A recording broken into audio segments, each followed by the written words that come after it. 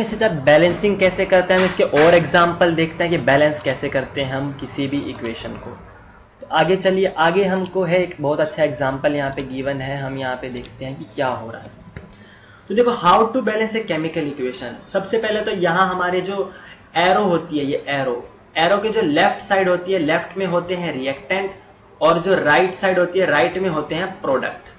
यहाँ पे देखो नाइट्रोजन और हाइड्रोजन मिलके बना रहे हैं अमोनिया, इसे हम कहते हैं अमोनिया, NH3। अमोनिया क्या होता है? NH3। तो ये जो बना रहे हैं, यहाँ पे देखो नाइट्रोजन के कितने एटम है? 2। यहाँ नाइट्रोजन के कितने एटम है? 1। हाइड्रोजन के कितने एटम है? 2। यहाँ हाइड्रोजन के कितने हैं? 3। तो ये क्या है? ये अनबैलेंस्ड है। ये क्या है? ये अनबैलेंस्ड है। अब ये हमारा गलत है, देखो यहाँ पे उल्टा थंब, यानी ये गलत, रॉन्ग है। इसको हमें सही कैसे करना है? Equal number of every atom on both side of reaction. इधर भी इक्वल नंबर होने चाहिए, इधर भी इक्वल नंबर होने चाहिए। अब इसको करने के लिए एक ट्रिक भी कह सकते हैं, हम यूज कर सकते हैं कि जब भी हमारा कोई इक्वेशन में यहाँ पे 2 हो, यहाँ पे 3 हो, 2 और 3 का इन्वॉल्वमेंट हो, तो हम उसको क्रॉस कर देंगे, यानी जिसके पास 2 है उसके पास 3 लिख देंगे, जिसके पास 3 है उस पर 2 लिख देंगे। ऐसे क्रॉस करके हम इसको बैलेंस कर सकते हैं। बट हम एक ट्रिक को भी कर सकते हैं, बट एक्चुअली हमें इसको समझना चाहिए कि कैसे हो रहा है। तो नाइट्रोजन में 2 है, तो यहां पे हमें क्या चाहिए? 2 नाइट्रोजन चाहिए, तो हमने नाइट्रोजन को सीधा 2 लिख दिया, 2 लिख दिया। अब नाइट्रोजन तो कंप्लीट हो गया। हाइड्रोजन देखो, हाइड्रोजन कितने हैं? हाइड्रोजन 3 थे, इसके आगे 2 है, यानी 2 इंटू 3, 2 इंटू 3 कितने हुए? 6 हो गए। यहां 6 हो गए, तो हमें यहां पे भी 6 बनाने पड़ेंगे। यहां कितना था? H2 था, तो 2 में कितना मल्टीप्लाई करेंगे? 6 बन जाए, तो हमें इसको 3 देना पड़ेगा, ताकि 3 इंटू 2 क्या बन जाए? 6। तो यहाँ पे हाइड्रोजन 6 हो गए, यहाँ पे हाइड्रोजन 6 हो गए, नाइट्रोजन 2 हो गए, नाइट्रोजन 2 हो गए, यानी हमारी इक्वेशन क्या हो गई? बैलेंस हो गई। हमें हमेशा याद रखना है कि जैसे नाइट्रोजन है, समझिए यहाँ पे मैग्नीशियम हो, मैग्नीशियम को 2 मैग्नीशियम चाहिए, तो हम इसके नीचे 2 नहीं लिखेंगे, बिल्कुल नहीं, हम इसके आगे 2 लिख सकते हैं। हम इसका कोफिशिएंट चेंज कर सकते हैं, बट इसकी सबस्क्रिप्ट यानी इसके नीचे वाला चेंज नहीं कर सकते। तो ये बहुत अच्छा एग्जांपल था, हम इसको याद कर सकते हैं अच्छी तरह, बैलेंसिंग ऑफ केमिकल इक्वेशन का। आगे चलिए, बहुत इंपॉर्टेंट जो एक टर्म आता है वो था फोटोसिंथेसिस का। सबसे पहले हम देख लेते हैं, आपको एग्जाम में आ सकता है फोटोसिंथेसिस की इक्वेशन लिखिए, तो उसमें आप पहले फोटोसिंथेसिस को डिस्क्राइब कीजिए, फिर इसकी इक्वेशन लिखिए।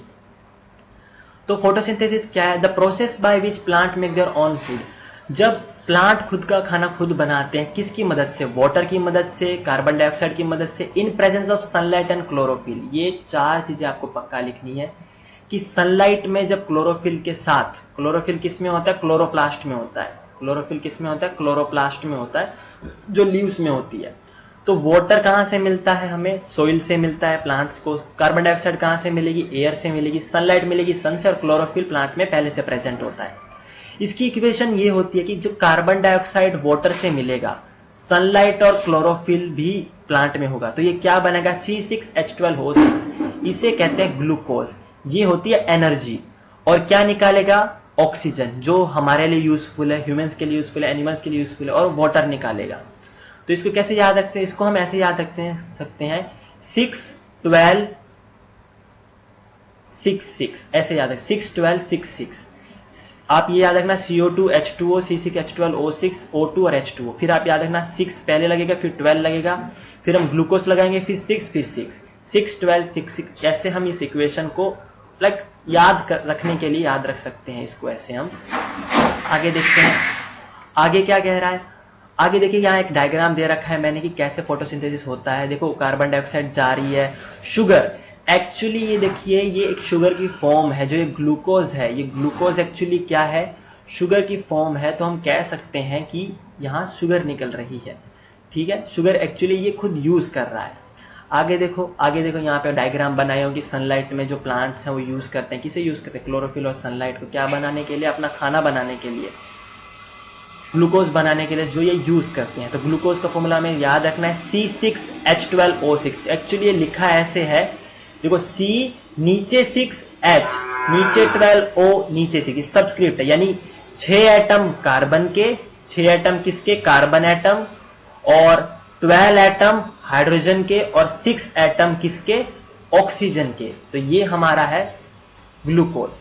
यहाँ पे मैंने लिख भी दिया है कि ग्लूकोज का फॉर्मूला क्या होता है। देखा कि फोटोसिंथेसिस क्या होता है, उसकी इक्वेशन क्या है। अब हम आगे देखते हैं। चलो आगे हम देखते हैं टाइप ऑफ केमिकल इक्वेशंस। हमने देखा कि केमिकल इक्वेशंस क्या होते हैं, केमिकल रिएक्शंस कैसे होते हैं। अब हम देखेंगे किन किन प्रकार के केमिकल रिएक्शंस होते हैं। तो 4 प्रकार के हम पढ़ेंगे यहाँ पे, 4 टाइप ऑफ केमिकल रिएक्शन। सबसे पहले कॉम्बिनेशन रिएक्शन। कॉम्बिनेशन का मतलब हमको पता है कि कोई चीज कंबाइन होना। जब 2 या 2 से ज्यादा चीज कंबाइन हो जाएंगी तो हम उसको कहते हैं, कंबाइन होकर वो बनाएंगी एक प्रोडक्ट बनाएंगी, तो हम उसे कहेंगे कॉम्बिनेशन रिएक्शन। दूसरा होता है डिकम्पोजिशन रिएक्शन, यानी एक जो रिएक्टेंट है, एक रिएक्टेंट टूट के 2 या 2 से ज्यादा प्रोडक्ट दे रहा है, तो हम उसे कहेंगे डिकम्पोजिशन रिएक्शन। अब डिकम्पोजिशन रिएक्शन में होता है 3 होते हैं, thermal decomposition, decomposition by light, decomposition bye electricity. Thermal decomposition होता है हीट की वजह से, डिकम्पोजिशन ऑफ लाइट होता है सनलाइट की वजह से, और डिकम्पोजिशन बाय इलेक्ट्रिसिटी होता है जब हम किसी भी सॉल्यूशन में इलेक्ट्रिसिटी पास करें। इलेक्ट्रिसिटी पास करेंगे तो वो टूट जाएगा और छोटे छोटे कंपोनेंट्स में टूट जाएगा, तो हम उसे कहेंगे डिकम्पोजिशन रिएक्शन। आगे देखते हैं आगे क्या है। डिस्प्लेसमेंट रिएक्शन वो होता है, डिस्प्लेसमेंट का मतलब होता है एक जगह से दूसरी जगह जाना और दूसरे का उसकी जगह पे आ जाना। तो जहां एलिमेंट्स एक्सचेंज हो गए वो होगा डिस्प्लेसमेंट रिएक्शन। फिर आता है डबल डिस्प्लेसमेंट रिएक्शन। इसमें क्या होता है, इसमें आयोन्स का एक्सचेंज होता है। आयोन्स क्या होती है, समझो NaCl यानी हमारा जो सोल्ट होता है, ये कैसे टूटेगा, Na प्लस में और Cl माइनस में। अब जो ये टूट के जो ये बना रहा है, ये जो स्पीसीज है, इन स्पीसीज को हम कहते हैं आयोन्स। ठीक है, जब कोई कंपाउंड टूटता है वो आयोन्स में टूटता है। जब आयोन का एक्सचेंज होगा तो उसे कहते हैं डबल डिस्प्लेसमेंट रिएक्शन। आगे हम इन सबको डीप में पढ़ने वाले हैं, अभी सिर्फ ऊपर ऊपर से हम पढ़ रहे हैं इनको। डबल डिस्प्लेसमेंट रिएक्शन में क्या होता है, उसमें प्रिसिपिटेट बनता है। क्या बनता है, प्रिसिपिटेट। प्रिसिपिटेट का मतलब होता है इनसोल्यूबल सब्सटेंस। क्या होता है, इनसोल्यूबल सब्सटेंस। इनसोल्यूबल मतलब ऐसा सब्सटेंस, ऐसा पदार्थ जो पानी में न घुल सके। किसमें बनता है, डबल डिस्प्लेसमेंट रिएक्शन में बनता है प्रिसिपिटेट। इस वजह से डबल डिस्प्लेसमेंट रिएक्शन को दूसरा नाम क्या दिया गया है, प्रिसिपिटेशन रिएक्शन। तो ये हमने ऊपर से हमने ये देख लिया कि रिएक्शंस क्या है। अभी हम सबसे पहले पढ़ते हैं कॉम्बिनेशन रिएक्शन। तो कॉम्बिनेशन रिएक्शन हमारा क्या कहता है, जब 2 या 2 से ज्यादा रिएक्टेंट रिएक्ट करके सिंगल प्रोडक्ट बनाए, एक ही प्रोडक्ट बनाए, उसे हम कहते हैं कॉम्बिनेशन रिएक्शन।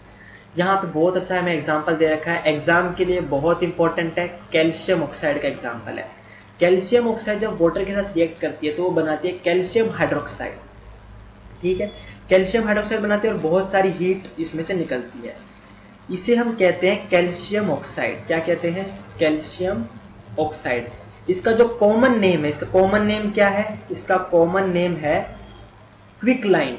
इसका कॉमन नेम है क्विकलाइन। हमें एग्जाम में MCQ आ सकते हैं, हमें याद रखना है पक्का कि इसका कॉमन नेम है क्विकलाइन।